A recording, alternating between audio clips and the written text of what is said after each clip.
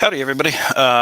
Good afternoon. If you join this live, I don't often do these ones, but this was one that I've been really busy the last couple of weeks and have not jumped on here to do really much of anything, and stuff is starting to build up.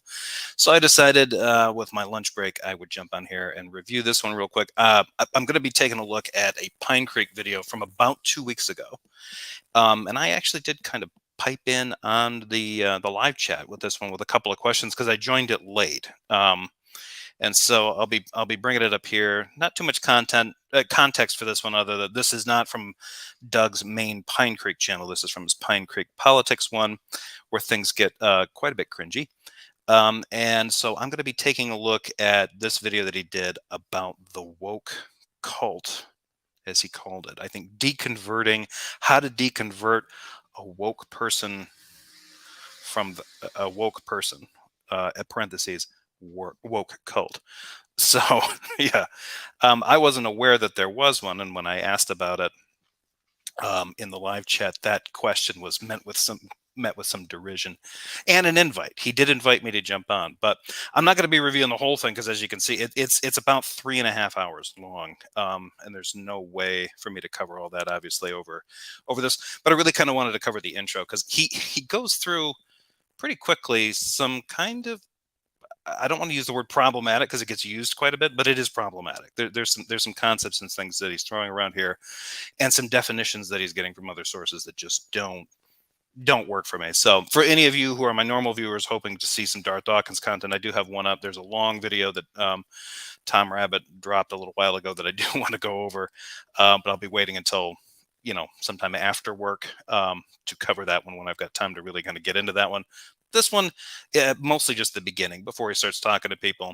Probably should be short. So, and it's more politics based. So these ones get fewer views because of my nauseating left wing politics, more likely. Good to see you guys. Anyone that is here, Nitty, nice to see you. Babyfoot, Daisy, good to see you as well. Jadis, okay, and also I think I missed Darth Bonson and Aaron. Good to see you guys. So yeah, there's not too much in this. I'm just going to jump into this. So he starts to get into this. He's been doing this for a little while now. And I've started to kind of figure out that I think that I'm not exactly sure what kind of quote unquote left wing things or liberal things bother Doug outside of the culture war stuff. The culture war stuff seems to really trigger him quite a bit. And it seems like most of it seems to me to be related to some of the LGBTQ issues, specifically the T in LGBTQ, because he's had some things on here before, and I've never really agreed. There's a lot of different things politically that I disagree with about Doug. I've known that for years, because he tends to be a free market kind of, he's a pro-capitalist. He seems to be kind of one of these bootstrapper free market cultist types. And yes, the free market is a cult, and that would take a long time to break into, but they are cultists. It's a belief system in and of itself, and it has its own ideology and its own kind of magical thinking. And so, but what we're going to deal with specifically here is his points, because he believes that the woke writ large, capital W, big quotations, is a cult, and there's ways that you can get people out of this cult. So at this point in the video, this is real quick. He's just had kind of his intro music, and then like a little clip he played from, I think, Bedazzled, of all things. But just for time's sake, I've skipped past that. He's going to jump right into his definition of woke. So here we go. Okay, we got to define woke before we go any further. Just in case, I'm hoping everybody can hear that. Doug making his pitch to join Daily Wire or PragerU. I haven't watched this stuff in a year, so yeah. I mean, the Pinecreek politics stuff is it's interesting to see the divide, because he's got a lot more subscribers on his main one, but that's been around for years, and Pinecreek politics is pretty new. But when if you read the live comments, some of the live comments from some of his steady fans are not great. So here he goes. He's going to define woke. I'm about to give a definition of woke that woke people will hate, and that's just the way it is. So he's warning us right now. First of all, my Opinion of woke people is very low. I do not like them. This is not true because later on in the conversation, he ends up having a conversation with Nathan Ormond, who he kind of labels as woke. I think Nathan and Doug actually kind of agree with each other that to some extent they are woke about certain things, and they both, in fact, like each other and get along, and they have high opinions of each other. So this doesn't seem to be. This is just him kind of triggering a little bit. He's being hyperbolic. But at the same time, this is not a good start. I mean, even if he is just trying to trigger people, this really isn't a genuine way to go about it. And this isn't helpful if he's trying to talk about deconverting people, because the claim he's making is that woke is this thing that is a cult now, and you need to pull people out of this because they're deluded and they need to be deconverted. I'd rather be with anybody else, even a fundamentalist Christian. I don't think. Okay, but let's define it. Woke people. Although, based on the definition he gives here and some of the examples he gives, maybe. People are usually those who are suffering from an illness that I call feel sorry forism.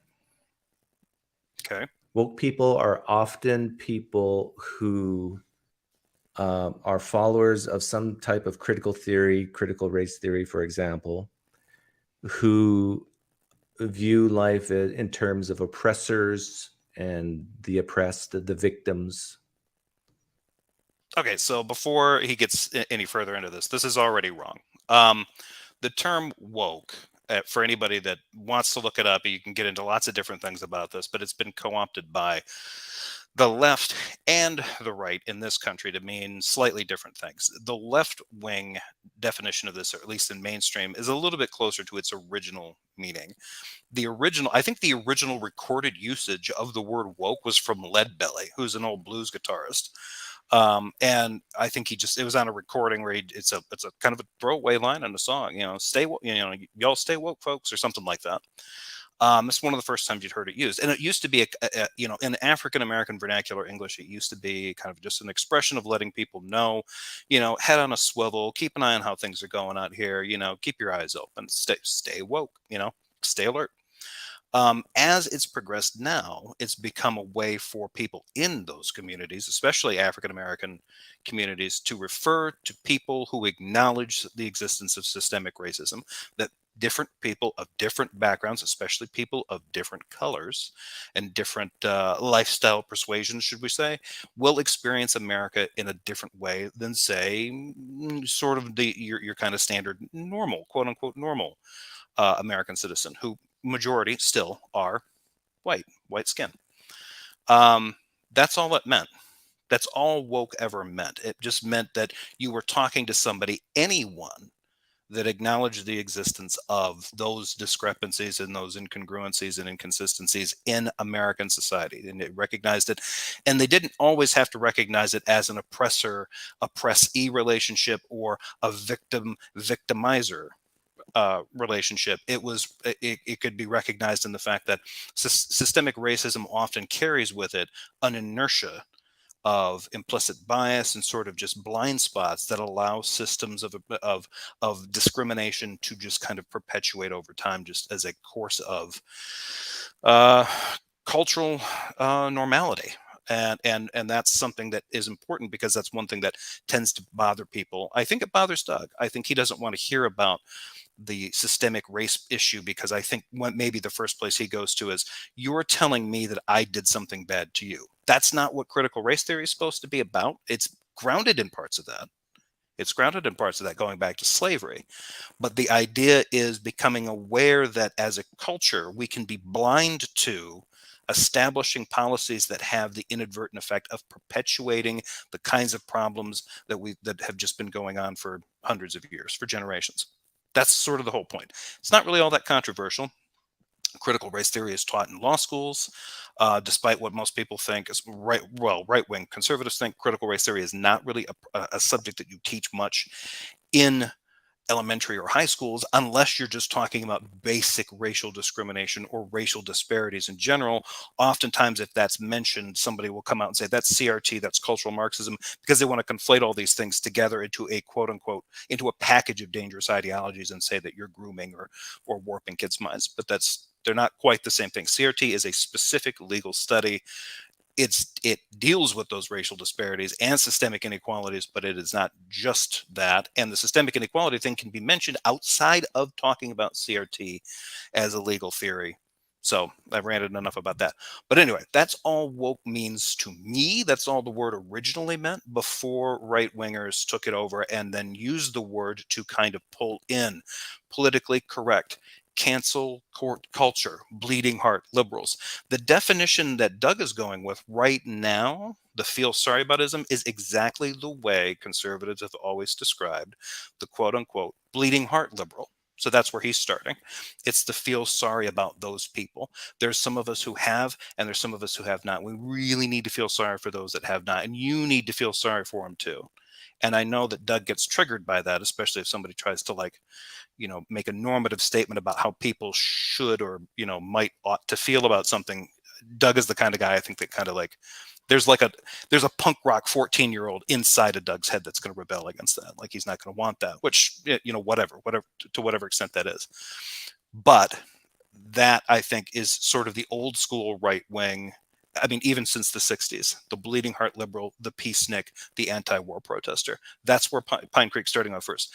Not a great start, because he's already equating an old right-wing trope about left-wing people and liberals into this definition of woke people that doesn't fit woke. This is a projection of an old stereotype into an African-American vernacular English term, and it's more of a perversion of all of this ideology. This is not helping anything. This is confusing the issue even more. It gets worse. Woke people tend to be very unhappy, sad, miserable people. Woke people tend to be female. I would say it's not insignificant. My guess is it's close. I might agree here with Doug that self-identifying woke people who will describe themselves as woke, probably are female. I don't know how many men would come out and say that they are woke. I'm uncomfortable doing it because it's not, to me, it's one of those kinds of descriptors you shouldn't use for yourself. Like if someone in that outside group is looking at me as the primary group and says that guy is woke, he he acknowledges the existence of that. I think he understands that issue, therefore he's woke. That's fine. It's sort of like, if someone else says that you're clever, or someone else says, well, I mean, you can describe yourself as clever if you are, but it's sort of like a allyship. I wouldn't describe myself as an ally. If I am an ally to those groups, it's better that they describe me as ally. All right. Otherwise, it just looks like I'm being performative, and it's not important to me to be labeled an ally. It's an honor if they consider me one, but it's up to them. It's their determination if I actually am that. I think woke kind of fits that too. So, it's the 60%.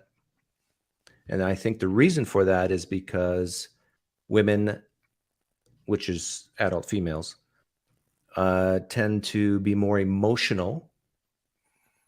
And that's always a bad thing, right?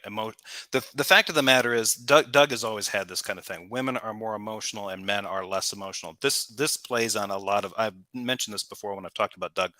I don't think that Doug understands that men are incredibly emotional beings, but the way that our society has sort of normalized demonstrations of emotion are very, very different. Guys will tend to project and imbue emotions into things they do and into things they buy.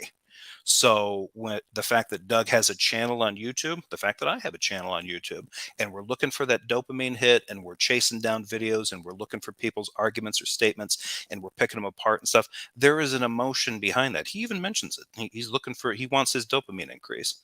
That's all based on a kind of we are feeling beings that think. We don't think first, and then these feeling things are this horrible backpack that we have on us that we just have to keep pushing aside and degrading and shoving down. That's not how emotions are supposed to work. Emotions should be worked with, guided, reflected upon, not necessarily. And the way that, and I'm not saying that Doug necessarily he might completely agree with what I just said, but the way he tends to present this kind of stuff, well, women are more emotional than men. No, that's demonstrably false. That is not true at all. When he says stuff like that, it just tells me that he has just internalized this idea that women, because of the way women are sort of social, culturally, there's certain expressions of emotion that are quote unquote approved by women. For instance, when women can cry, women can be more effusive, these kinds of things. And when guys are much more suspicious or weak or something like that. Those are cultural norms placed on things. That does not, just because people aren't expressing emotions does not make them have fewer emotions or be less of an emotional creature. This is simply, that actually is a harmful stereotype that he's trying to deal with. But regardless of whether or not it's harmful or not, it's also completely uninformative and just a useless thing to say. This just perpetuates a bad dichotomy between men and women. Michael asks, why has woke become some sort of pejorative? Well, I'm going to get into that a little bit later as he makes more points on it. But the biggest reason is because the first reason, simply put, is BLM, Black Lives Matter.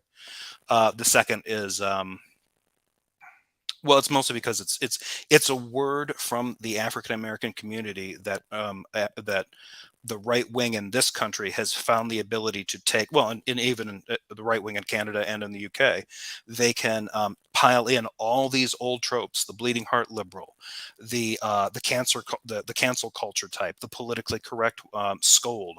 They can pile them all into this under this one umbrella, and it's a word that came from the Black community and got popularized in this sense as a backlash to the BLM movement. So they can say all of the bad things are identified by a word that came from Black Americans.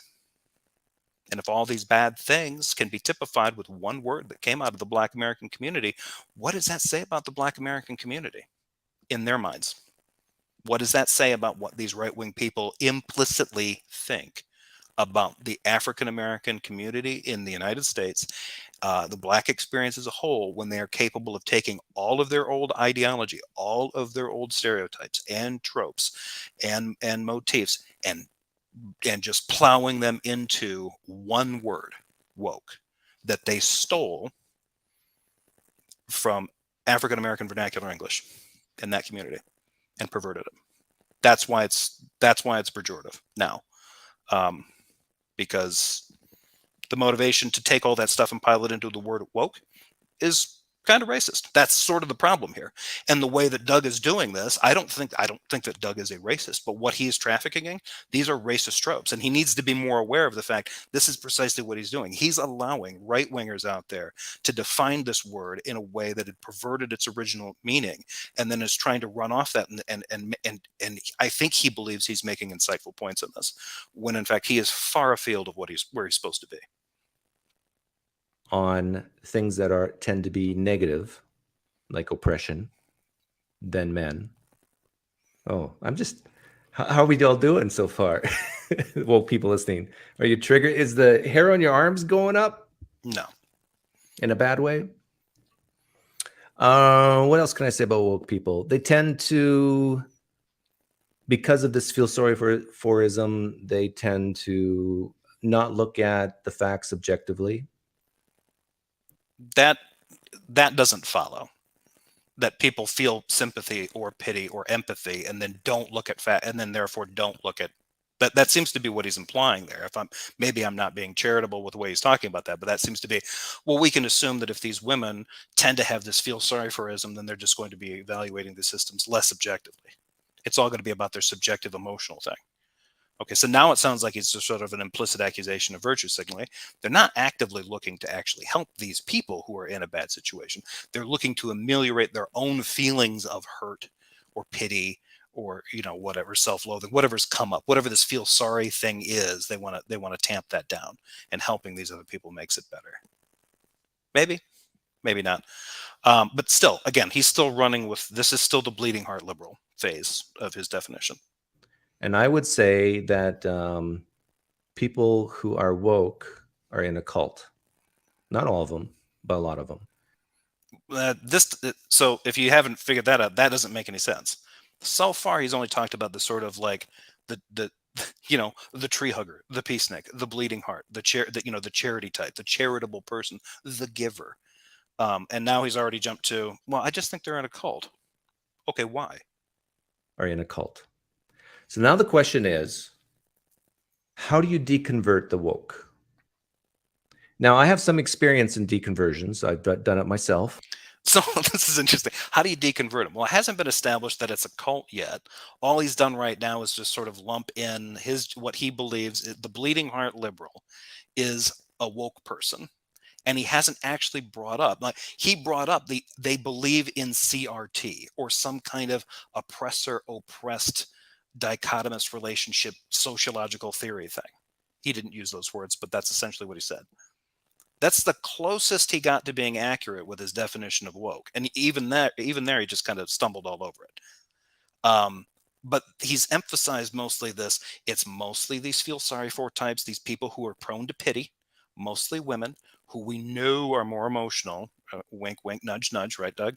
And then it leads to them being cultish. And now we need to deconvert them. Let's see what he says. Yeah, exactly. Cloud, what are the cult-like qualities of woke? This is what actually kind of, and I've seen right wingers say the woke cult or something like that. Generally, all they're talking about are the cancel culture types, usually. And actually, I was surprised that Doug didn't start with that because I've heard him complain about that before. And usually that's what well, these are the ones that are going to tell you not to do things, not to talk to people, to shut people out, to label people, to label them toxic and get them canceled and all this kind of stuff. And that's what a cult would do. But so far he hasn't really demonstrated. He hasn't really even mentioned that part yet. He's only mentioned the part about people experiencing a feeling of pity and feeling sorry for those less fortunate than them. And has then jumped into, well, these people suffer from this feel sorryism, as Doug calls it. They're in a cult. Let's get them deconverted. Okay. And according to the Home Office in Wichita, Kansas, I've been part of deconverting thousands of people over the years, online and in real life. So if you want a source for how to deconvert the woke, I am your source. Not yet. That also doesn't follow either. I also want to give a shout out to Geo Sam. Good to see you, Geo. And also Bree is here. Hello, Hive Psi. Good to see you, Bree. He has not. I don't know that he's actually demonstrated that he has deconverted a quote unquote woke cultist yet, right? He probably has some track record in helping. I mean, I know for a fact Nathan Ormond, I think, has changed his religious views due to, in part, conversations with Doug. So that deconversion thing, I wouldn't argue with Doug that he hasn't been influential for people deconverting from either their entire faith tradition or certain dogmatic tendencies within their faith tradition. Put it that way. But he can't. I don't know that he can go out and say that he's deconverted anyone from the quote unquote woke cult because I still don't see a woke cult yet. I feel like Rush Limbaugh right now. Which is why I continue to use Rush Limbaugh as a thumbnail pick for any of these videos where I cover him. Okay, so I just jotted down some tips here on how you deconvert the woke. Number one, and you can put your own opinions in the live stream chat, and maybe I'll read them. Number one, get them to laugh. B, thank you very much for checking it out. You take care. And thanks for the reminder, Sam. Give that naughty like button a smack. Clout says, I've never heard anyone really define woke. In my vague understanding, remember, it started by meaning not bigoted. The more people like Pinecreek fight woke, the more I hear them advocating bigotry. Yeah, I mean, that's it, and that's sort of the issue, right? I did go into kind of my understanding of the history of the word and what it kind of means, but generally, woke from when I really started becoming aware of it, it just meant when you described a person as woke, it was somebody that just accepted the existence of either systemic racism or just systemic sort of implicit and discriminations and inconsistent treatments of different societal groups in America. That's really it.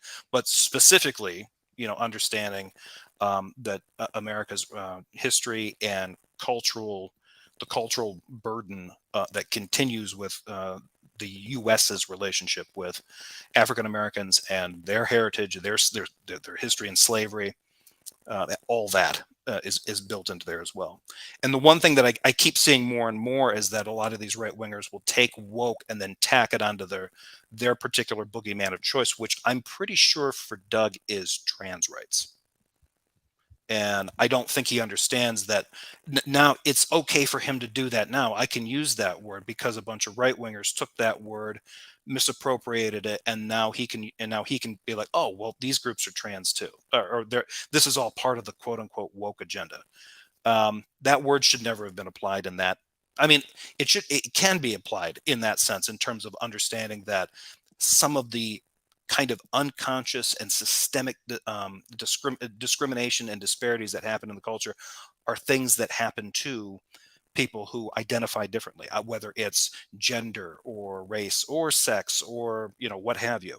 Hell, even religious identification. But in the cases of um, the origin of the word woke, it was mostly about this kind of systemic racism kind of issue. And it's interesting to see. I think that the term woke got expanded more towards the treatment of LGBTQ people by right wingers than it did by left wingers. So Get them to not take themselves so seriously. Help them to see the good things in life. I don't understand why this is something that would be necessary to tell a woke person.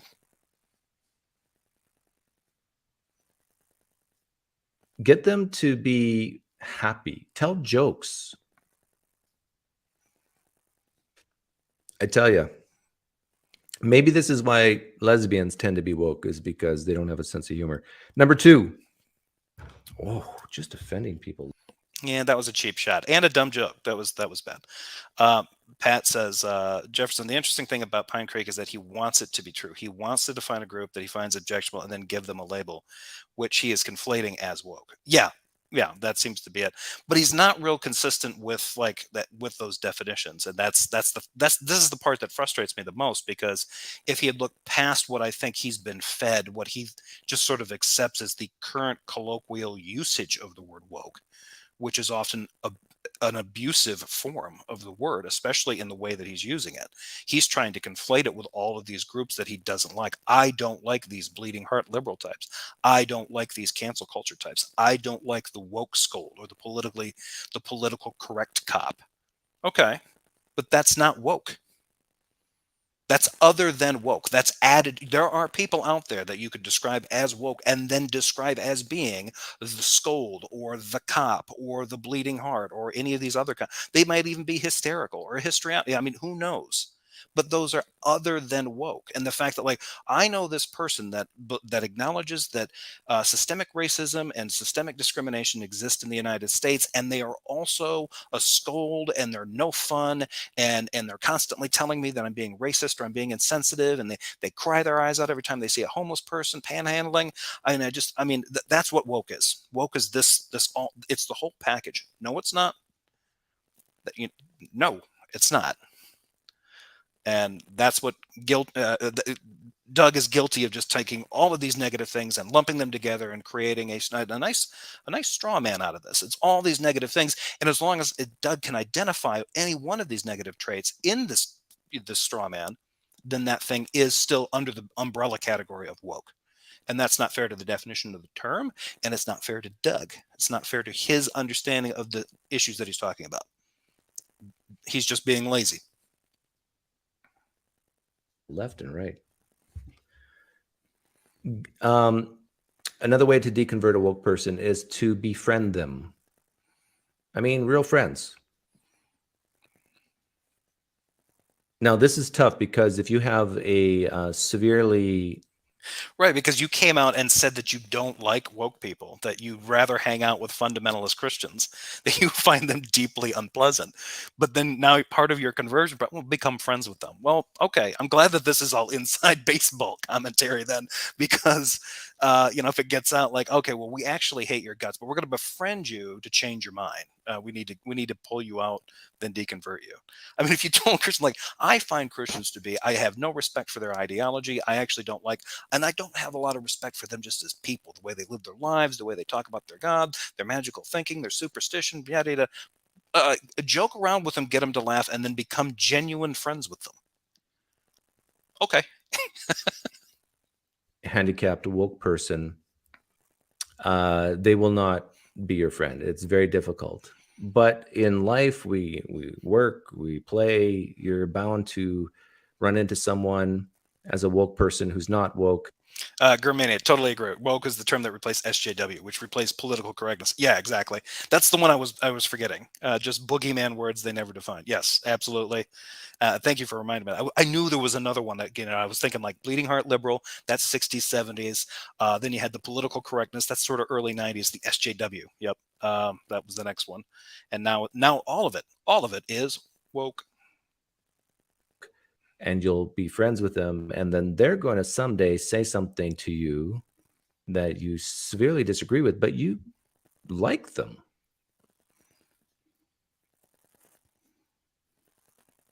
Number 3, raise cognitive dissonance in them. So point out contradictions. Okay. This is not an order of importance, just random thoughts. So what's an example of raising cognitive dissonance in a woke person? Like, for example, if you're talking to a woke person who's a follower of certain versions of critical race theory, and Certain versions of. they say that it's white supremacy that's causing oppression in the United States, and it's keeping people of color down. You bring up Asians. They hate that. Did you catch that? If you bring up critical race theory and disparities between white and black outcomes, bring up Asians. They hate that. Yeah, they will. Do you know who really hates that? Asians. Because the last thing that they want to be used as is a model minority myth to drive a wedge further between African Americans and the other communities that exist in the country. And that's what Doug just trafficked right there. Oh, but Asians are doing fine. Look at them. People, right wingers have been doing this for a very long time in this country, and not only do they whitewash, oftentimes they will pervert and distort the treatment that Asian Americans received, various Asian groups, uh, all while trying to put any kind of discrepancy or any of these massive differences in outcome economically, policy related, societally, onto the African American community. It's like, that's not our fault. Like, most of the Asian communities that look, first of all, it treats Asian Americans as a monolith, which is a huge mistake. And there's actually great articles on this, depending on the particular group that you're looking at. Some of those groups actually live in some relatively meager conditions. It's often, a lot of people will think about like sort of higher educated individuals that emigrated here from, say, Japan or China. If they came over as engineers and they came from wealthy families, their outlook probably is going to be pretty good here. And it's not to say that this is a recent phenomenon. This has been going on, I think, since 65 or 66. They changed some of the status to allow, I think, like 105 immigrants from China, but they would screen them to make sure that they had certain educational background or skills. But you could run into people who are either, possibly refugee families that live in the South. South Vietnamese families that live in Louisiana that settled there. There have been generations of them since following the Vietnam War. I believe there's a large population in Oklahoma as well. The Hmong population that live in, I think, Minneapolis, or not the Minneapolis, I think the Minneapolis, St. Paul area, but I believe there's also a large population in Wisconsin. Many of them settled there as refugees, and not all of them had great outcomes. This idea of just treating Asian Americans as a monolith and saying, well, hey, statistically, they're doing great. That is not cool. That not only is that quite a bit racist towards Black people, it's very racist towards the Asian Americans that you're talking about. So what Doug did right there was peddle the model minority myth, and then try to claim that'll just shut them down. You put that myth, you put that out there, that'll spur some cognitive dissonance in a quote woke person. No, not if they're well read, not if they know what you're doing. I don't know what kind of right wing direct Doug is reading, but this video is an example that the most of the stuff that he's reading is not informing him well. He's in some bad shit. Just some and some old shit at that.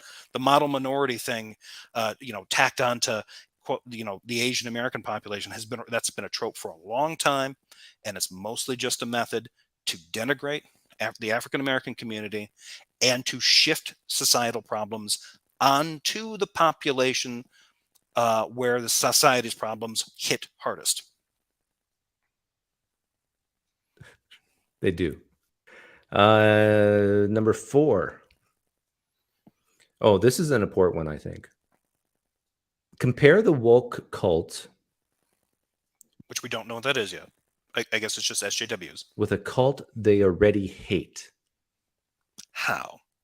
If they're just now, it's sort of changed. If they're just woke, then they just accept they just accept this idea that there are discrepancies in outcomes for different groups of Americans based on race and things like that. I would even go far enough to say that woke could possibly encapsulate understanding that there are class distinctions in this country, which is a distinction I don't know that Doug is willing to make between sort of ingrained wealth and the upper middle class, upper class versus the working poor. The people who end up, they don't inherit money, they inherit a job or a lifestyle. 3-4 generations of prison guards in the same small town, that kind of stuff. I don't even know if Doug will acknowledge the existence of that. So I remember a friend of mine doing this to me, and it deconverted me in seconds, in the sense that it changed my behavior in seconds. It works that well. So how do you compare the woke cult to a cult they hate? Well, a lot of the woke people hate evangelical Christianity in the United States. I think that's pretty fair to say. no, people that would be considered woke. Remember, the word woke is also that's a term that is used to describe a large majority of African American people in this country. A large majority of Black Americans are woke and are Christian. So this is flat out false. So what comparisons can you give from the woke cult to, let's say, the evangelical Christianity cult? How about the controlling aspect? Many people have told me, and I've seen this with my own eyes, of very controlling pastors, elders, deacons, just people in the church, controlling who you talk with, who you date, even your job, your career choice. And then ask yourself, if you're in the woke cult, if that's happening there too, where people in your clique, people in your group, people in your woke community tell you, no, don't associate with that person. Maybe it's just me, but this seems to be a dynamic that happens with everyone in any circle of friends or with your family. This is just going to be a thing. That this isn't necessarily the same thing as being ideologically pure. This doesn't seem like the issue that he's making it out to be. Like, well, here's how you know that you're in a cult. If people in your circle raise objections to people that you're hanging out with or things that you're doing, maybe hobbies that you've taken on, like, okay, if it's, say, a circle of friends, there's nothing that could happen anyway. I could be hanging out with a group of coworkers and somebody starts talking to me about MGTOW and red pilling, and I can raise my eyebrow and ask them, like, what is your web browser history like right now? Like, you're clearly going to some far out place, and like, just to remind you, like, if you're going to those kind of like, culture war right wing websites, you're probably going to end up with a lot of viruses on your. Just letting you know. Like, is that the same thing? Is this the same that he's canceled? I wouldn't give up a friend who's right wing. I have friends that have much more right wing leaning tendencies than I do, mostly because I have almost none, except for yeah. But this doesn't track for me, so I don't get what he's saying here. No, don't say this. You can very quickly see, I'm just like that cult that I hate. No, you wouldn't really see that. Like, Jadis says, yeah, I don't think this is exclusive to any group. Like, does he have an issue with someone saying, "Hey, don't hang out with Nazis"? Yeah, oh, well, you're canceling my Nazi friends. This family is a cult. You would, I mean, if you had, like, imagine that scene playing out. It's a Jewish family, and they're like, "Hey, I don't know," they're telling the daughter or the son, like, "I don't like your new friends." Well, why not? Well, they're skinheads. Are you trying to cancel them? This family's a woke cult, and then he takes off. I mean, that's just cringe as hell. Right, there's a reason why. If you've got people that are sort of advertising what their ideology is, and you kind of know what their message is and what they're about, then you sort of tell what's happening. I don't know too many people who would be described as woke as being the types of people that want to just like just engage in cancel culture outside of saying, like, they don't want to entertain the active speeches of Nazis and racists, just to do it, just to say that, oh, well, we believe in free speech. We're going to listen to this guy because of the interests of free speech, we're going to listen to a guy go up onto a pulpit, or a girl, or or anyone, come up and say that certain people in the country don't deserve free speech. Like, there's a certain paradox to tolerance, and people should know about that. I don't know if Doug understands it. But this idea that this is just happening. These woke people are doing this. Okay. Are critical race theorists banning books from K through 12 schools about Germany, Germany's history during World War II? Do you see an active campaign to have, even at like a college level, to have books kept out of reach of college students, like Mein Kampf? Like, and I'm not talking about like just one person who's like, I think that no one should ever look at the book Mein Kampf. It should be burned. It should be eradicated. We should consign it to the dustbin of history, and that's it. Okay. Maybe one person, but an entire concentrated outfit. This is a politically motivated and a well organized group of people that are funded, that are actively going out, right wingers, going out and canceling books, a whole list of them, and then canceling teachers that maybe push back about the fact maybe it's not a good idea to be banning books. Oh yeah, you're fired. What group is doing that? Is that the CRT, woke, SJW, bleeding heart, liberal, politically correct cult? Are they the ones screaming that Satan is coming for your kids in the form of, an "I Am Gay" book or something like that, written for 17-year-olds who are, struggling with their sexual orientation and their identity? I don't get it. I just.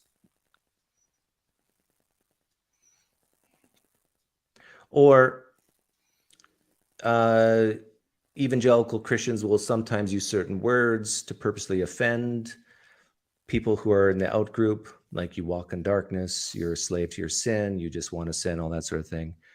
Ask yourself, if you're in the woke cult, do you do the same thing? Do you just flippantly use the word racism, homophobia? What is he? I don't understand. This is interesting because a lot of cultural right wingers will do this quite a bit. Like, you're using the word racism and homophobia flippantly. Usually, what I think they mean by that is like, I don't you call me racist and don't you call me homophobic. But that's not necessarily how people are using the term. And I see this a lot in social media and interactions, especially in like videos and debates, when it gets brought up. The idea, and the people that will usually accuse an individual, specifically point, you are a racist, you are intolerant, you are a homophobe, is an accusation usually made by right wingers. Oftentimes, from left wing people, you will hear racism and homophobia being discussed as a systemic and a cultural thing, a sociological phenomenon. It's systems of power. It's not just like your individual outlook and your individual way of going about treating people. And I feel like I get the impression still to this day that when right wingers hear the term being used, what you're engaging in is a racist thing. That the idea for them, like, oh, you're just calling me a racist to shut me down. No, I'm not calling Doug a racist to shut him down. But the stuff that he's peddling here is flat out racist, transphobic, and homophobic bullshit. He's been peddling this for a while now. Now he can turn around and say, "Well, no, I'm married to I'm married to a woman from the Caribbean. She's black. I have mixed race kids. I have gay friends. Cool, cool, cool." But you're still engaging in rhetoric that's racist. The rhetoric is racist, and you keep dabbling in it. You keep playing in that pool. You keep splashing in that water. So he needs to reflect on this kind of stuff. This isn't like I kind of feel like I'm like, you need to think about this and then get right with Jesus. But that's what he's trying to tell everybody else. Don't come out and tell me that I'm racist. You need to look at yourself. You need to think about yourself and reflect. Why are you calling people racist? Why are you calling people homophobic? I'm not calling people homophobic or racism. I'm just saying that racism and homophobia exist and they affect people systemically, culturally, sociologically. They affect even me. There are plenty of blind spots in my worldview and my cultural understanding of things. I'm in my mid 40s. I'm you know, I don't know, young side of a Gen Xer. I'm plenty prejudiced. So, I don't have an excuse here either. There's plenty of things that I am insensitive about and ignorant of. That's not the point. The point isn't to hear this kind of accusation, hear talk of racism and homophobia, and then make it all about you and how, oh, you make me feel bad. I'm not out to get people. I don't misunderstand things. Yeah, you probably do misunderstand things. That's the first thing that you probably ought to do. Put a pause in that. Put a pin in that reaction, and instead of making it about you, maybe pause for a second and ask yourself: do I have a problem with these groups? Do I react rather than reflect? Am I really thinking about all the information that's being presented to me? Or am I just wanting to cling on to an easier heuristic of just sort of riding the stereotypes out? Like, the stereotypes exist, these cultures exist, these traditions exist. They exist for a reason, they work. Hey, I'm going to use them. Okay. That's lazy if you want to do that. But if you're going to do that, if you're going to take the lazy way and grab onto the guardrails and say it's tradition, it's culture, or whatever, and somebody says you're being lazy, you're not reflecting, you're not taking in new information, and you're like, well, don't call me racist. All you're doing is looking to deflect the issue. You actually have admitted that you just want to stick in. I don't want things to change. I want to stick with these things because I know them. They're easy to understand. I get them. They're quote unquote common sense. Fine. But there's these other ideas out there that are telling you that some of these common sense, traditional, cultural things that we just take for granted shouldn't be taken for granted, that you should question them. You should reflect on them. They should be examined and discussed. And you can't do that if you've got people freaking out because they make it about themselves. And I will not stand here and be called a racist or a homophobe. My answer to that is you should. That's not what we're doing, but you should be prepared to do that. That's where I had to get. I was a cultural conservative once upon a time, not that long ago. And I had to get to that point. I had to reflect on it long enough to be like, you know what? It's bullshit. If I'm going to have this conversation with people, I can't walk into that conversation with the fear of being labeled a racist or a homophobe. I need to listen to what this person is telling me and actually think about, are you calling me a racist and a homophobe? Or are you talking about racism and homophobia writ large? And two, being prepared to accept the fact that my participation in some of those cultural norms does, in fact, make me a racist and a homophobe. And when I was willing to accept that, I was willing to run with it without judgment. You can think on it, you can reflect on it, and you can let it go. You can change that behavior. You can change your perspective. And if you miss something, you make a mistake, you offend people. If it's whatever, if it's inadvertent, you can always make amends. You can keep going. You can keep growing. That's how you live. That's how living's done. This idea that I just won't be challenged by this kind of stuff, and I don't want to listen to these SJW woke scolds come out here and challenge my ideas. Why the hell not? Why wouldn't you want that? Especially Doug. Doug says he wants his dopamine kicked up. Doug should welcome being challenged by the woke cultists he fears so much. And yet here he is saying, "Oh no, you need to deconvert him so that'll stop." Like, no, that's not a good idea. Transphobia. To separate yourself from the group. So compare the woke people to another cult that they detest. And if you can do this successfully, they will change their behaviors in seconds. Number 5. I'm not big on this one. Sometimes I am. Babyfoot. He's telling you what he means by woke cult versus just plain woke. Why are you so confused? He's not being unreasonable. He is being unreasonable because the idea of a woke cult does not make sense. Woke just means this idea of people accepting these differences and outcomes for different people. The woke cult is he's engaging in the same plowing in of all these other negative things that right-wing culture types don't like. That was my point. He started with the liberal, the bleeding heart liberal. Now he's moving into kind of the cancel culture people. If you're going to disabuse people of this notion that they're not in a cult, ask them if their woke group are doing things that they would expect to see if they were hanging out in a church. Like if you've got somebody scolding you for going to a bar or drinking alcohol or listening to pop music, gambling, are they doing the same thing? Well, if you're in group over there with these, they're also asking you, are you hanging out with skinheads? Are you hanging out with Republicans? Did I see you at January 6th, at the Capitol building? Whatever, something like that. Right.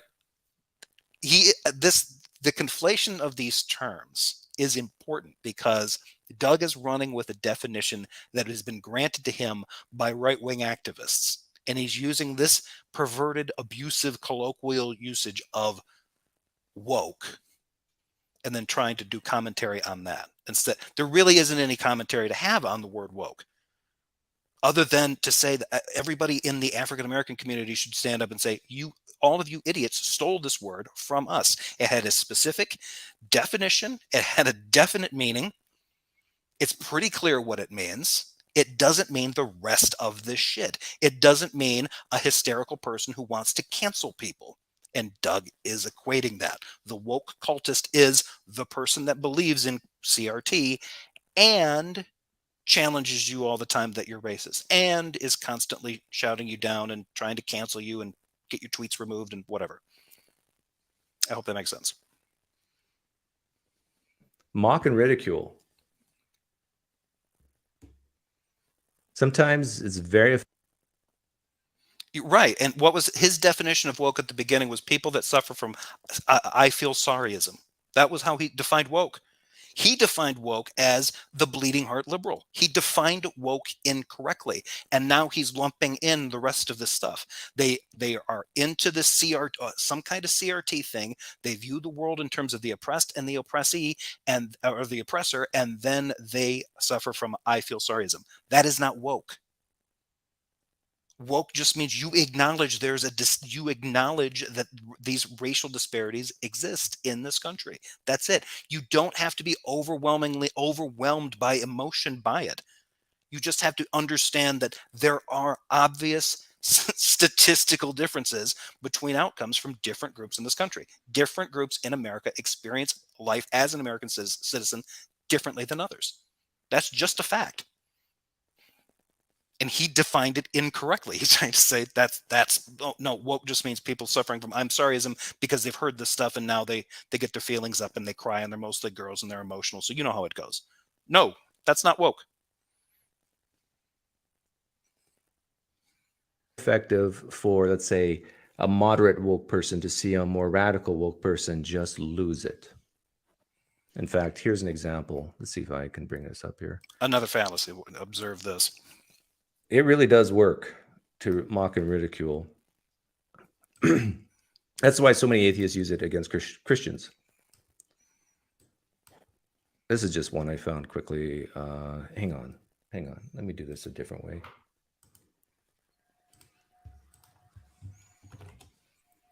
I don't like shorts, but if you right click on the screen and you can get and then copy the URL, it works better.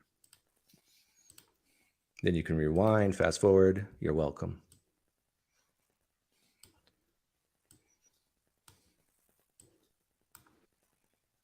So if you're okay, Babyfoot, he's defined it. His initial definition was to set up the fact that it was the bleeding heart liberal that believes in CRT, which I'm guessing, based on the way he said that, he doesn't think that CRT is a thing. I'm pretty sure that Doug does not understand critical race theory. And that's not necessarily the definition of woke. Woke doesn't have anything to do with the emotional effect or emotional reaction of the individual that accepts the existence of systemic racism. And all woke means is the person that gets that systemic racism is a thing. That's what it mean. That's what it currently means in African American vernacular English, according to all the sources that I've read. That's what it meant when it was coming out of the BLM movement, when it started getting popularized. The reason this word is being co-opted this way by right-wingers is to take everything bad they hate about the left and consolidate it under a word they know came from the black community, so that they can punch down on the black community more. They can make all of them identified with cultural Marxism and the groomers and the trans rights and the New World Order and the adrenochrome slurpers and whatever other crazy shit that they want to consolidate under that one umbrella. That is the context of how Pinecreek set this up. And he's continuing to shift the context of the meaning of this word, and it coincides with the way this word is manipulated and abused by other right wingers. That's my point of this video. He didn't define CRT. He said there were multiple kinds. Right. He didn't define CRT. He just said that CRT is something that woke people, they believe some version of it or another. We definitely are talking past each other. Rewind the video and start again. You're a woke person listening right now, as I defined earlier. Ask yourself if you wanted to be associated with this. I'm offended that our children are not receiving affordable gender reassignment surgery along with hormone blockers. No. And access to abortions. This alone is a threat to our democracy. Never heard that before. It just shows that you people do not care about our children, and that these are the same people who refuse to obey the science and get fully vaccinated. It's no one knows what science people. Is. No. Science! No. Science! Yeah. Now, if you're a woke person listening right now and you see that, you have to admit a few things to yourself, I think. Number one, this is not an effective way to change people's minds. Number two, people are going to write this person off as not even being capable of being objective at all. Right, which is why what Doug is doing here is the number one reason why we should point out that this is called nut picking. You find somebody that you associate with a group that you disagree with. You find an example that is doing what this guy's doing, where the guy in question, who's obviously very emotionally worked up, on top of everything else, is gish galloping through at least 3 or 4 different issues, like getting vaccinated, trans rights, gender affirming care, etc. Yeah, no, he's not going to be convincing a lot of people, other than you can clearly be convinced that he's upset. I mean, that goes without saying. The idea of saying, oh, well, you don't want to be associated with this guy. This is a way that we can actually deconvert you from the group. What we'll do is we'll nut pick one of the worst examples we can find from somebody who identifies with your in-group, show you a video of that, and then we can all mock them together, and now you're going to leave the group.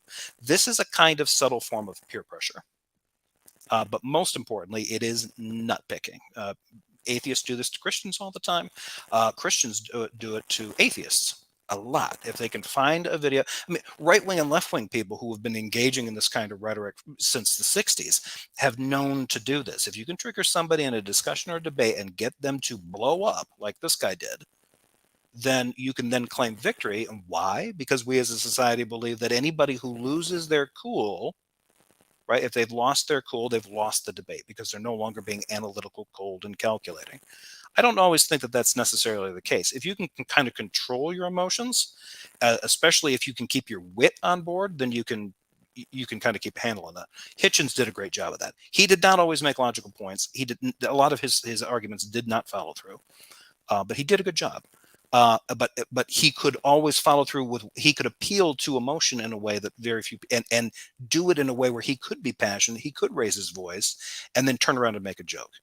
He was very good at that. This poor guy is just clearly hysterical in this moment, and somebody's got it caught on video, unfortunately, and they're going to be recirculating this. This is like the leave Britney alone person. This is not a good example of how to like deconvert people. Hey, here's a nut that came from your group. You want to be like that guy? Like this? That's not logical thinking. That's there's so much wrong with that. It's ridiculous. Probably can't hear. Nothing will compute in their brain. Any arguments against what they're saying. This is a great statement here from Bree. It's funny they have to pick a kid from TikTok having a meltdown. Well, we can point to their movement leaders. Exactly. And the interesting thing, I think, part of Bree's point here, I think that also has to be said, is everything that's being said about this particular person is about the way that they're saying it. Oftentimes what will happen is you listen to what some of the leaders on the other side in the right-wing culture group are saying. They can come out and stand up on the stage and say some horrific shit, but as long as they say it cool and calmly and have a well-groomed beard or something, they got their suit and tie on, they can say that and people will be like, all right, well, let's sit down and discuss that. When it's somebody like, I don't know, Matt Walsh saying transgenderism needs to be eliminated from the country. First of all, transgenderism, capital ISM at the end, is not a thing. And so when somebody says that, it's pretty easy for the community to think, well, transgenderism is not real, but transgenders are. So what do you want to eliminate, Mr. Walsh? But because he's supposedly divorcing himself of his emotions, and he's using his, the frontal part of his brain, and he's only thinking it through, and facts only care about your feelings, and all that nonsense that these guys pretend they're doing. They pretend they're being more logical than they're capable of. Then I guess we just have to accept it as rational and reasonable discourse. It's not. I mean, this person here is incapable of rational dialogue in this state. And maybe if he calms down, give him a Bud Light, he'll calm down. I'm sure it only takes one. But yeah, Cheap shots. Mock and ridicule. I tell you, you can find a ton of those types of videos on TikTok. Yeah, we know, because it seems like there's infinitely more of people like raging out about people wearing masks. Remember during the pandemic, the people that reacted to mask mandates and just flipping out about that. Within a week of the mask mandate in my state, in my former hometown, I think this was within 1 week of the governor's order saying that we had to wear them. There was an individual at a local grocery store pacing in front of the doors of the store who had been denied entry with his kids brandishing a pistol, and he had 2 toddlers with him. And he refused to put a mask on, but he was going to stand out there, pace, and lose his shit because his freedom, spelled FREDUMB, was being denied by the person who's there basically enforcing the mask mandate. Again, right after the mask mandate's kicked off.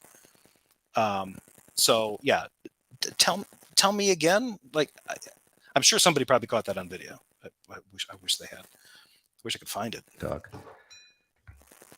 Number 6. I think this is my last one. And this is where I'll end it. Show videos of woke people doing harm. A lot of woke people will value themselves as...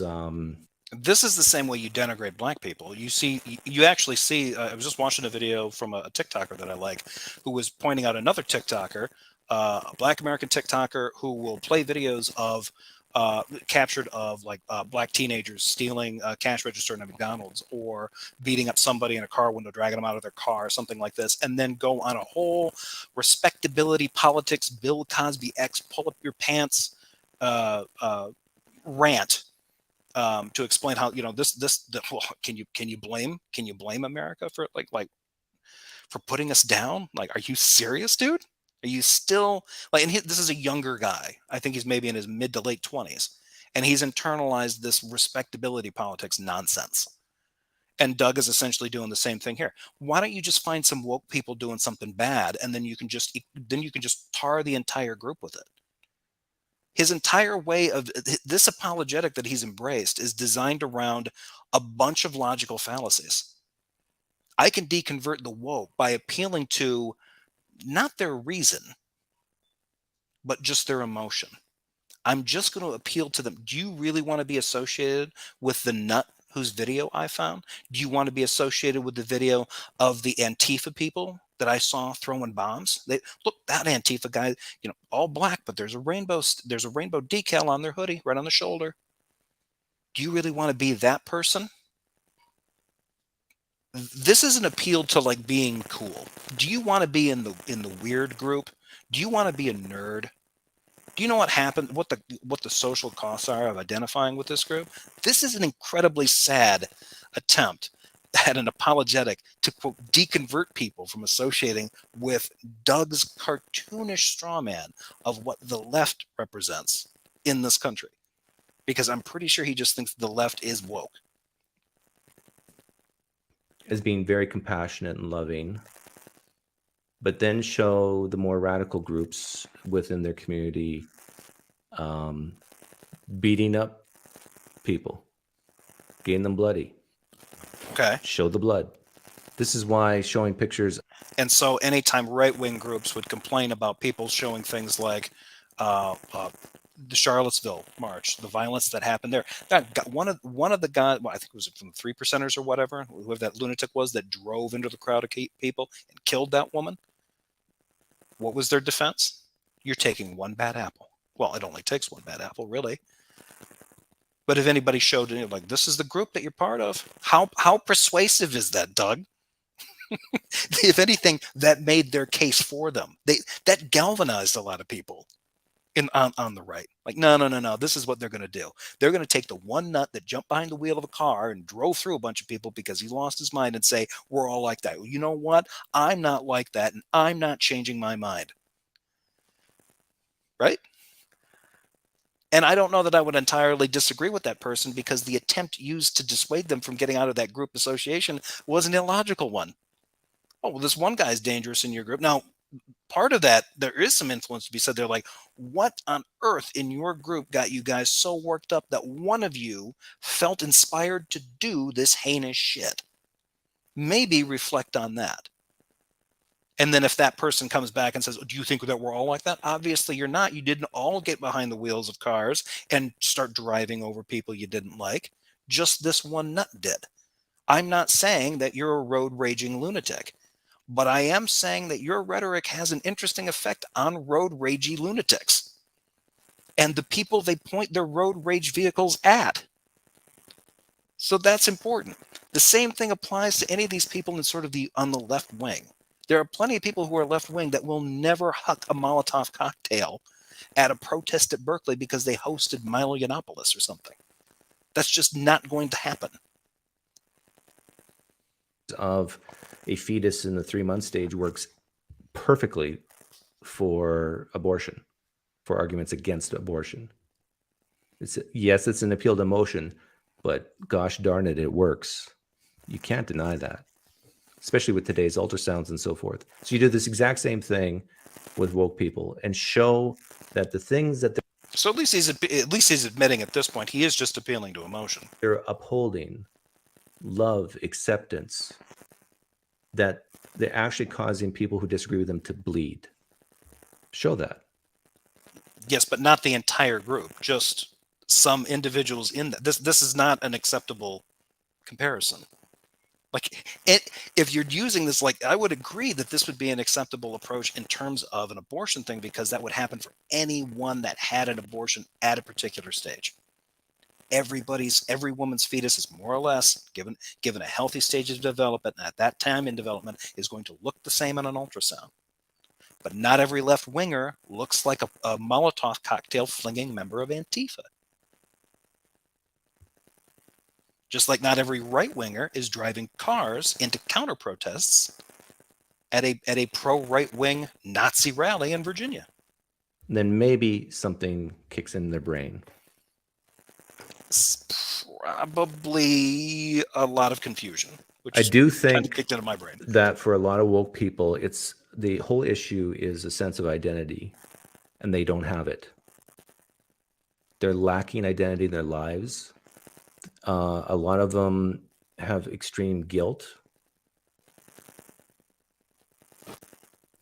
this is some weird projection on his part. I mean, or at least just supposition. Like, okay, they lack hope, meaning, and purpose is what Doug's saying. They They're lack not religion. good enough. Which is interesting. So, okay, so are they turning to wokeism because they're looking for hope, meaning, and purpose? Like anyone else would be looking to religion, given that woke only means you acknowledge that, like, again, this is like, according to his definition of woke, the correct definition of woke would not lead to this. His definition of woke is that you were exposed to CRT or some version of it, and then were overwhelmed with feelings of, I feel sorry for other people. And then from that now leads to, you don't have a sense of identity and you don't have a sense of purpose. Why wouldn't you? If you're one of these woke people, your sense of purpose is caring for others now. The woke cult should be providing that sense of hope, meaning, and purpose, if it's equivalent to a religion. I can't believe Doug's getting this wrong. That they're not successful, that they're a loser. But they don't have to feel like losers anymore. They care for others, Doug. That's what the woke cult brings them. That's what Christianity brings people, and Islam brings people, and free market capitalism brings people. It makes them feel like they're successful because they believe the right thing. By the way, this is similar to evangelical Christianity, right? Using guilt as a tactic. So that they'll lash out and say, the reason why I have these negative feelings about myself, it's your fault, not mine. No. That's not even a universal thing I hear from people who are liberal, let alone left-wing, whether or not either would be considered woke.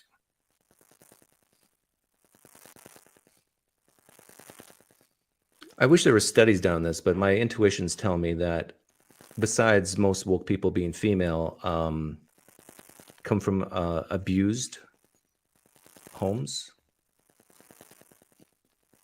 abused relationships, addictions, former addict.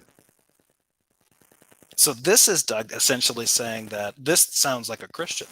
So whatever Doug's belief system is must be the correct one, because people that would be outside of this woke one, and they don't necessarily have to be in Doug's camp, but they just need to not be woke, probably don't suffer from this stuff as much. They clearly must be something wrong with them because they gravitate towards this definition of woke that Pinecreek's laid out, and that just doesn't track.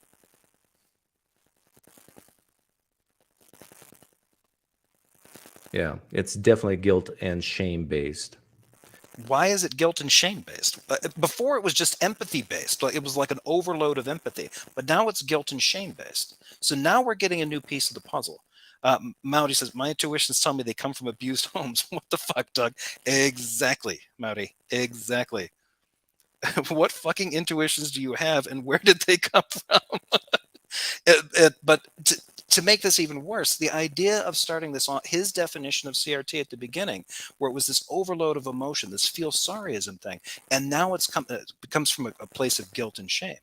Okay, so now he's just started to say a quiet part a little bit louder. Quiet, shameful, and guilty about what, Doug? Are they expressing empathy for a group of people they've been told are abused, and they are told to feel shamed, and they are told to feel guilty about it? Now I'm starting to get this whole thing where he believes this. When they teach this stuff in schools, it's just to make white kids feel bad about themselves. It's not. It's not. If you take this message the wrong way, and you don't understand that it's part of the culture and part of your country, and it's something that we all live with, but we all experience differently, then you can accept it for what it is, then you can reflect on it, then you can move on. But if you let your emotions make it about an accusation against you personally, draw that conclusion, and then say, you're attacking me, you're trying to tell me to feel guilty, to make me feel ashamed, then I'm going to reject it. And that's what I think Doug thinks is happening here. So he thinks these people are approaching the CRT thing, or they're approaching this woke thing.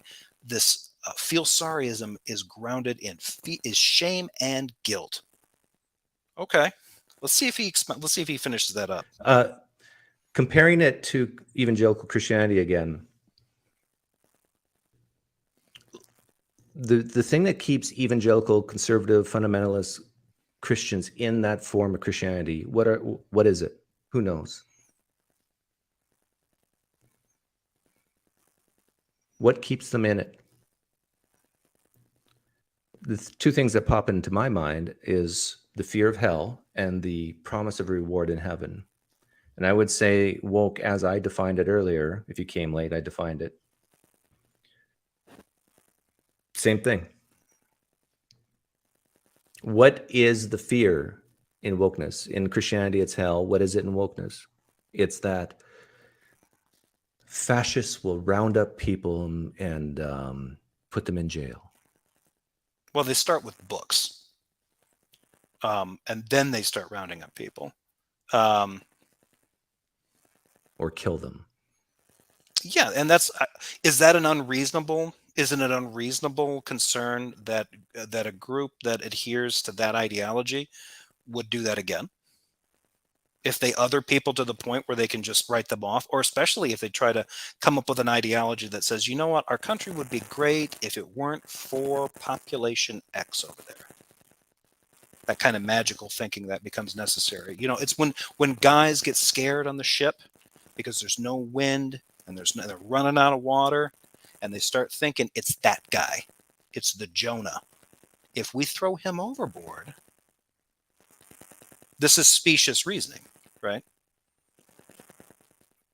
And now he's trying to kind of like put this back onto this is on them. Oh, well, you're just afraid that a group of people who align with an ideology known for justifying the rounding up and mass extermination of entire groups of people can come back into power and might do it again. I mean, I just don't understand where you're getting that fear from.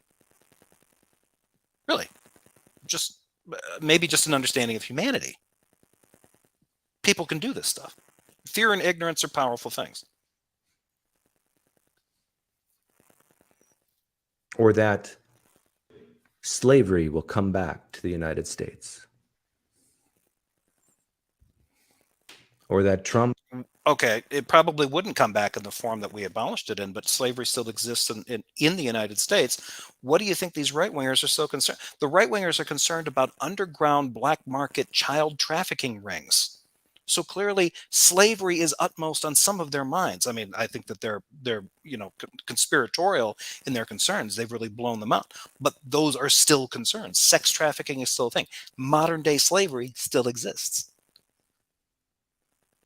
Like, oh, so you're just concerned that this would come. No, I'm not concerned that the antebellum slave trade would come back in that form, but I am concerned that entire people need to be taken to camps. When I hear Christians tell other Christians, overhear them in conversation saying, if I were in charge, or if I voted for the president that I like, they would take the LGBTQ people and put them in camps and force them to change. And the ones that didn't simply wouldn't be allowed to leave. I don't know why I would be concerned that why people like that would then maybe support politicians that wanted to say round up entire people and kill them or enslave them in some way, or maybe just incarcerate them. And then while they're incarcerated, use them as, slave labor. These are, and I was in the conservative right-wing movement up until my mid-20s. At least to the extent that I was a fan and read the books and cheerleaded guys like Rush Limbaugh and shit. I know they think like this. I thought like this. Nothing's off the table for that group. So, yes, people on the left are probably a little bit afraid that if this stuff gets pushed too far in the United States, we push things too far quite a bit, except for left-wing politics. We've never gotten close. Things can get worse. They can always get worse, especially if one group needs to punch down on another target group to make themselves feel better about themselves and their country. This is bad news. Trump is the next Hitler, and if he ever is elected again, he will never relinquish his power.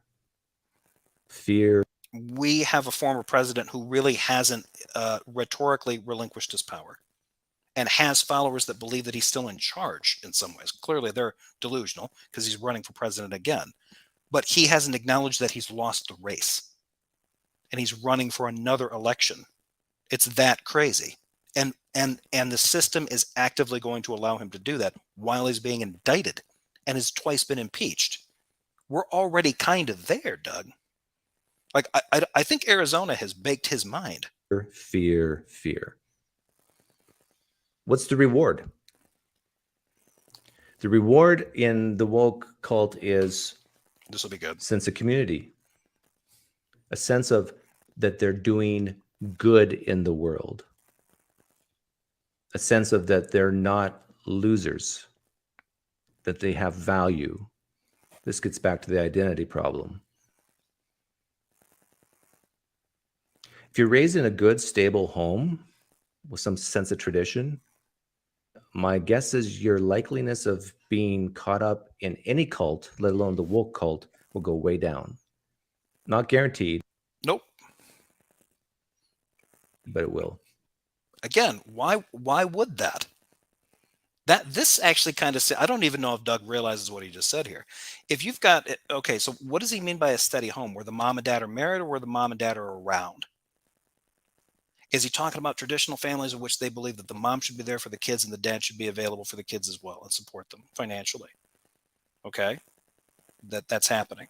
Remember, the woke community consists of about 98% of all African Americans. And he's just brushed them off. He's basically just said that they're not in traditional homes with traditional values. That's what he just basically implied. Let's play that part again, and I'll end it with that. Well, your likeliness of being caught up in any cult, let alone the woke cult, will go way down. Being with some sense of tradition. My guess is your likeliness. If you're raised in a good, stable home, okay, some sense of tradition. Some sense of tradition. My guess is your likeliness of being caught up in any cult, let alone the woke cult, will go way down. Why? If woke is defined correctly, the majority of people that are woke are most Black Americans. If we're defining woke correctly, and many of them do, in fact, come from a home with some sense of tradition. Unfortunately, not always stable, but oftentimes more stable than they think. I think that when Doug says stable, he's probably saying where the husband and the wife are married. If he's doing that, he should come right out and say that. Just because they're married, it doesn't necessarily mean the family's stable. And there's all these statistics on this idea of the absent Black father, which the statistics actually show that's bullshit. Black fathers are very involved in their kids' lives. There is more stability going on in a lot of these families than is being reported. Those statistics are often misreported. But this is an interesting thing. So do all of these Black Americans have this feel sorryism thing for other people? Or is what Doug's saying here like, okay, the woke people, the way he defined it before is woke whites, people who feel sorry for other people, another group. And they're the bleeding heart liberals that are trying to go out there and affect those groups. But the majority of Black people define themselves as woke and can be defined as woke by each other. Do they suffer from feel sorry aboutism? I don't think so. They must suffer from feel sorry for yourselfism. They're just not pulling themselves up by their bootstraps. Is that where Doug is going to go? I don't think he's going to finish that thought. Not guaranteed, but it will. Yeah. What's the downside? What's the fear of the woke cult? It's excommunication, just like in evangelical Christianity. Well, Christianity in general is very biblical. No, in evangelical Christianity, you can just find another denomination or start your own. With the cult that these guys usually describe, once you're out, you're canceled for good. If the member of the church sins, first the deacons approach, the elders approach, and ask for repentance. And if they still don't repent, they're excommunicated. This is very similar in the woke cult. This is if you say something or do something that's not in line with the decrees of, let's say, critical race theory or some other critical theory. Critical race theory doesn't have decrees. If you don't buy into it, you will be excommunicated. And But what are you buying? This is just absolutely nonsense. You don't have to, like, critical race theory is this upper level law school curriculum that is always been considered kind of a specialization in law. A lot of it is grounded in outcomes, legal outcomes, and policy decisions that have had adverse effects on on underrepresented communities. That's entirely what it's based on. And it's based on, whether you're dealing with Black Americans, Hispanic Americans, First Nations. And it's based on the fact that policy can get established in a way that can perpetuate a system of disenfranchisement and discrimination for generations. And the assumption is that the system's fine. There's nothing wrong there. And the critical race theory is taking a look at the assumptions made by those policy decisions and really examining what effects those had on these different populations. Did all they do is affirm power for an already established group of people, maybe white, but also the wealthy? I don't think a lot of people have a hard time understanding that the wealthy in this country often lobby to get laws passed for them to make their lives better. So they're clearly doing that. There's a little bit of capture going on there. Critical race theory is examining this from a racial theory, a racial sense. Are these kinds of things being perpetuated? And that is a kind of systemic racism that just continues. You don't have to blame that on individuals. It's just blamed on the culture. It's blamed on this acceptance of tradition. Oh, this is just this. We have a sense of tradition. Yeah, and our sense of tradition is a little bit racist. And it's reflected in our policies. It's reflected in the ways these groups benefit disproportionately more than these groups. But Doug sees the world specifically as, if you succeed, you're smart and blessed. If you fail, you're dumb and deserve your squalor. He still internalized this idea that capitalism is what determines who is poor and who is smart. The old school bootstrap Protestant work ethic stuff. You can't take the boy out of the Mennonite, compound. Or you can take him out of the Mennonite compound, but you can't take the Mennonite compound out of the kid. And he's still projecting this on. He's internalized this, and he's not willing to let it go. This is the free market cult in action. What you need to do is get away from the woke cult and come into the free market cult. And the free market cult, if you work hard, you get paid, you're righteous. If you don't work, you lose it all, and you're a sinner. You're a dirtbag, and you deserve to be called one. That's a sense of tradition. That seems to be all that Doug's doing here. Worse yet, you'll be called a racist, a homophobe, a transphobe. And even worse yet, you might be even called white, even if you're black.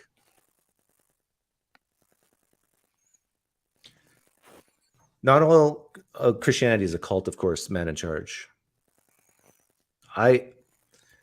Not all of Christianity is a cult. Okay, I wonder how he defines cult then. One could say a religion is just a successful cult, but I do, and I think any reasonable human being realizes that there are sects within Christianity and even Islam, definitely Islam, that are more dangerous than others, more controlling than others. So I'm talking about this type of wokeness that's very controlling. Okay. If you don't do X, you're out. You're no. Yeah, the SJ warrior, cancel culture, scold, the woke scold. Now he's talking about, so it started, this is a perfect place to end it. It started with the bleeding heart liberal, and now it's the wokeness that he's now talking about is also this. So for the guy that was on here complaining about the way I was defining the slippery definition of woke and trying to pin that onto Doug, Doug's still doing this. He's been doing this throughout. He's been channeling and implying, and there's been little bits of dog whistles in here from a lot of right-wing rhetoric about what this word woke means. And he started off with bleeding heart liberals, the feel sorry people who got exposed to some CRT. And now they're the cancel culture SJW woke scolds. The ones that want to shut you down and shut you up. And they have no feeling of purpose. They have no sense of purpose, I guess, supposedly. They're doing this from guilt and shame because they were exposed to the CRT, and now they're going to shut other people down too. So okay, all right. Now, here's the thing. There can be people out there that are like this, that are woke and then have all these other attributes. You could find somebody like that out there and then be like, oh my God, Pinecreek was right. But think about what Pinecreek is trying to say. Pinecreek is trying to say that woke is somehow all of this. He hasn't gotten the definition of woke correct yet. He's just had his own definition. This is how I define woke. Great. He's wrong. That's it. And there's no debate to be had about that. His definition of woke is incorrect. No debate. We can debate why he got there or where he's getting that from or why he thinks that his particular definition, and it kind of lines up with guys like Ben Shapiro and some of these other guys out there, right-wingers that talk about this kind of stuff, are also defining it wrong. They're manipulating the word. They're misappropriating the word. They're changing the definition of the word in order to further this kind of cultural rhetoric, this kind of social criticism. And it's wrong-headed because it's starting off the wrong way. You shouldn't have to misappropriate a word, steal it, twist it, pervert it, to then make this kind of social criticism. This is laziness. And with that, I'm going to get out of here. So I hope everybody enjoyed this. I went way over my time, so I will be taking off right now without much fanfare. Thank you, everybody, for showing up. Thank you. Hey, Simus is here. Good to see you, Simon. Simus. But yeah, I have got to go. So I will be back later on. I will be doing a lighter video, probably doing discussing Darth Hawkins' latest on Tom Rabbit. So I'm going to play this. I'll be out. Take care, everybody. Like and subscribe. Do all that good stuff. See you later.